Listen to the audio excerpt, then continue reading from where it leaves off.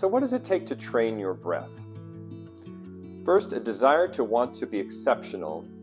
Breathing is detailed, it's subtle, it's personal. So you have to want to take your body and mind to a new level. If the desire is true and deep for you, you can make this a lifelong learning process.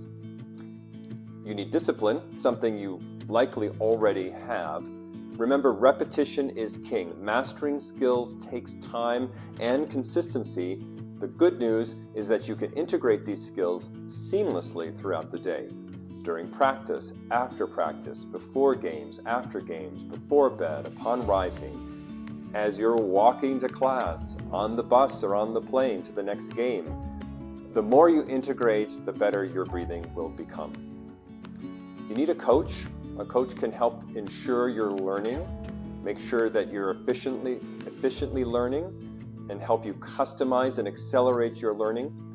It's hard to always know exactly where you are, and it's hard to be your own teacher, especially when the breath might be so new to you.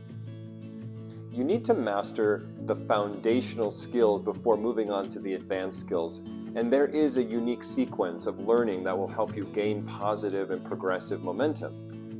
For breath training, slow and steady always wins the race. So let's move on to Breathe Light, Breathe Right, Part 2. First, let's talk about an example of how breath training can improve your athletic performance. And one of those is through core stability and spinal alignment. They both depend on an intelligent diaphragm, a diaphragm that is strong, a diaphragm that is properly expanding and contracting to maintain the zone of opposition while doing your sport.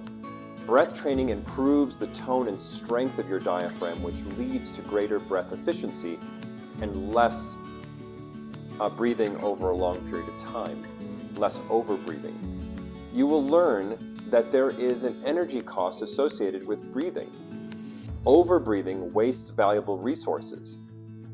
Gaining proper strength in your diaphragm ensures better breathing efficiency, meaning you're less likely to gas out too soon, improving your exercise tolerance. For postural control, the diaphragm muscle is important. It generates intra-abdominal pressure. When the diaphragm moves downward on inhale, intra-abdominal pressure is generated. Like a balloon inflating, this stabilizes the spine and pelvis. Functional breathing patterns create optimal intra-abdominal pressure and spinal stiffness to help ensure posture support during the movement. Lateral expansion and contraction of the lower rib cage is a very key aspect to healthy breathing. So this part 2 focuses on training the lower ribs to expand and contract, which creates a feeling of depth. Less chest, more fluid movement in the lower ribs and belly. And you can do this exercise with movement seated or lying down. So Taylor and I are going to go over the Breathe Light for biomechanics, and you can follow along with us. So Taylor, this is a very particular practice where we're going to focus on the expansion and contraction of the lower ribs. And this is going to feel very new to you sometimes because when we breathe more fuller breaths, deeper breaths, more chest breaths, it's going to feel weird to try to get down lower into this experience, into the belly and into the lower ribs. To help you, take your hands on either side of the rib cage, the lower part of the rib cage, and just get a sense that you're there with the 11th and 12th ribs. And we're just going to start to breathe in and out and feel the expansion as you breathe in and the contraction and the drawing in as you breathe out. So you're taking this idea of not bringing full breaths or big breaths into the body, but a lot more refined breaths. And these refined breaths, less volume, but you're still able to expand and contract into the lower part of the ribs, and that's when the belly moves in relationship to that experience. So as you breathe in, your navel, your belly, will want to draw out a little bit, and it will move in as you breathe out. The diaphragm is drawing down on the inhale, allowing the belly to expand, and on the exhale, the diaphragm draws back up. But again, here we're looking at taking it to a place where it's a volume that's comfortable for you, but it's less air than you would normally take in. And when you breathe in, you feel the sides of your ribs expanding, And when you breathe out, you feel the sides of your ribs drawing back in.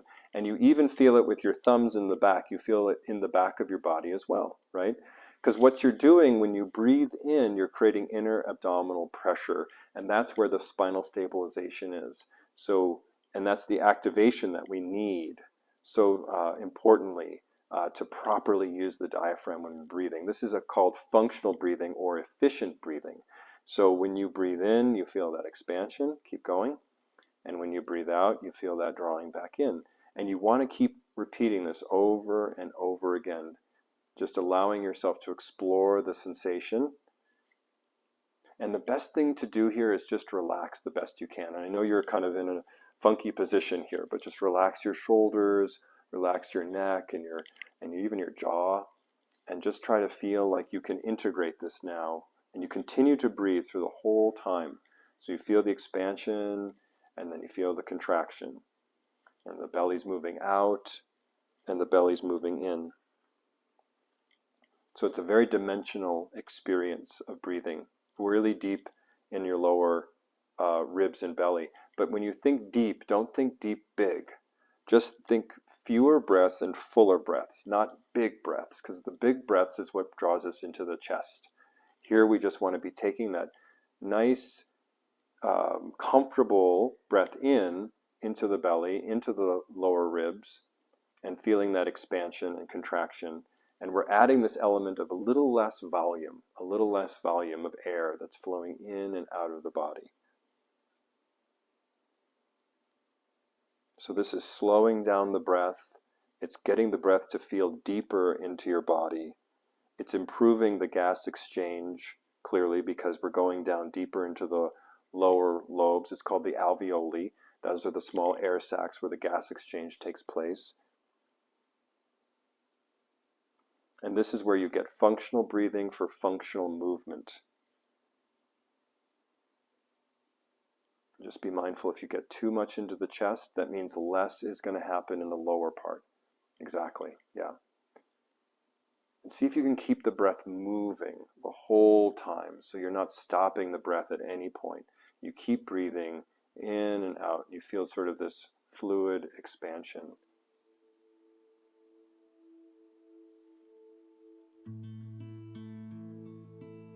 Good. Nice, Taylor. Take a rest. Well done. Beautiful.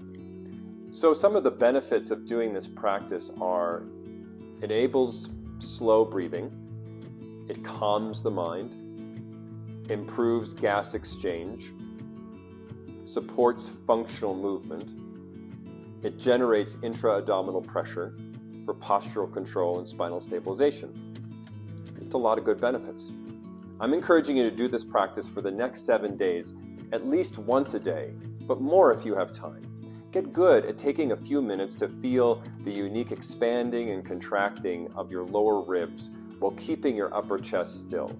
Notice how this deeper breath will shift the feeling in your body and mind. You can use this video to follow along. Just note the time marker where that begins, or just guide yourself.